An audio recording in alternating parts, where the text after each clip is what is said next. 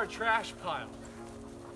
The goal of our project today is going to be to build a garden using only the supplies that we have on hand. There's kind of two ways of looking at this. On one hand, we bought the property and it came with a bunch of junk. I prefer to think that we paid nothing for the property and we drastically overpaid for all this treasure.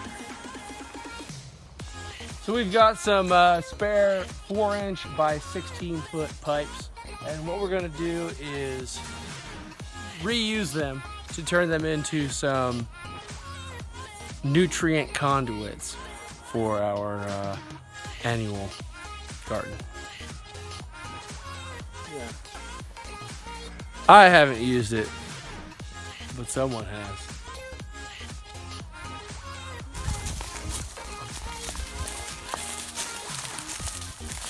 So tell us what you built. So what we did is got the 4-inch by 16-foot pipes. Kind of estimated about a 2.5-inch channel. Cut it with the circular saw right down there. Then I used the hole saw on that big sheet of high-density polyethylene to make this. Set 3 screws in there to kind of hold it. Now what we're gonna do is fill this whole channel with soil. You can see it's on a little incline. We'll do a bottom layer of sand, a top layer of soil, about 3.5 inches thick. And then we'll have drip lines that run and water it. And then it'll all drain out the other end. And we're, at this point, it'll just drain onto the ground, which will be fine. It'll feed the pine trees. But eventually we might have it drain into some kind of reservoir to recirculate the water, or maybe have a fish pond or something like that.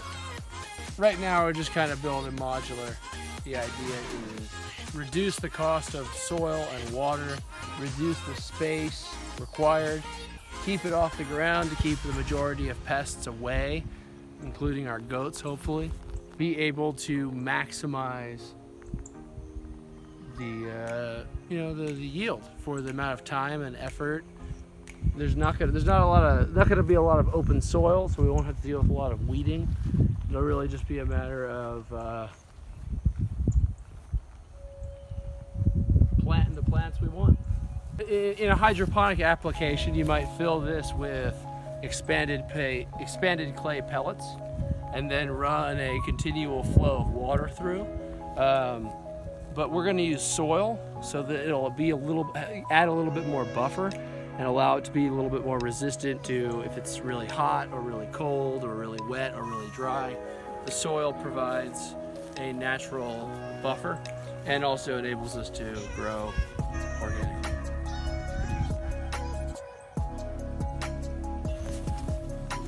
Now we are painting. It's looking so good. Yay! How fun! Country living. Hang back, Donna. Hang back. Hey, cuties. Oh. I'll be totally honest. I always dreamed for a man who could build things that I could then paint. So, it's pretty awesome. Double dream come true.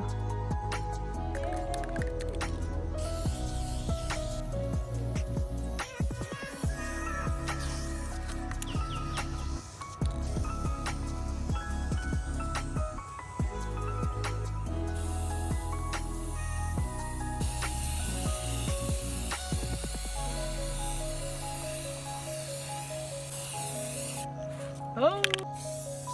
Dinner smells amazing. Barbecue beef boneless ribs. Yes. Okay, this looks so good. I'm really happy with it. Ta-da!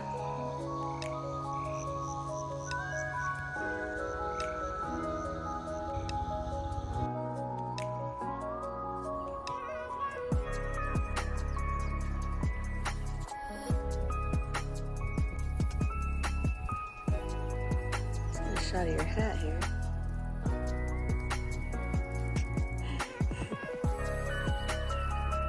Alright, so you're filling up with soil.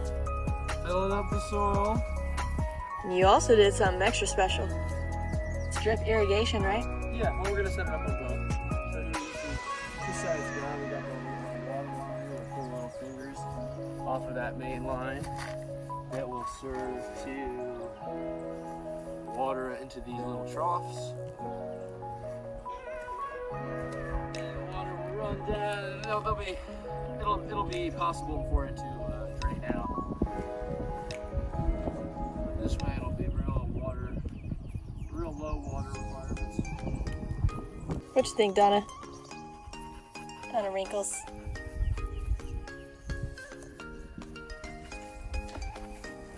Looks great. Generally speaking, Donna's a fan of all things dirty and stinky.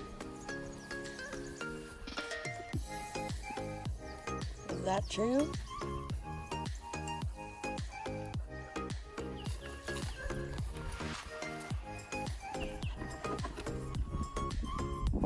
Water hose.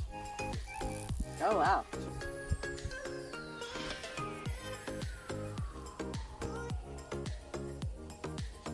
All right, so what did you plant? We planted some pickling cucumbers. It's always been a dream to make my own pickles. And I don't know how many cucumbers that's going to equate to, but hopefully it's a lot.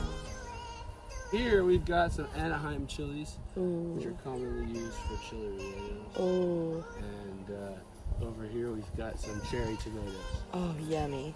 And one little guy is still trying to figure out his purpose. We'll be adding some wax beans and some green beans, and potentially some pinto beans as well. Really awesome. And this took us a solid day. One day. 24 hours. 1 day and $35. Yeah, $35. Bam. High five. Yeah.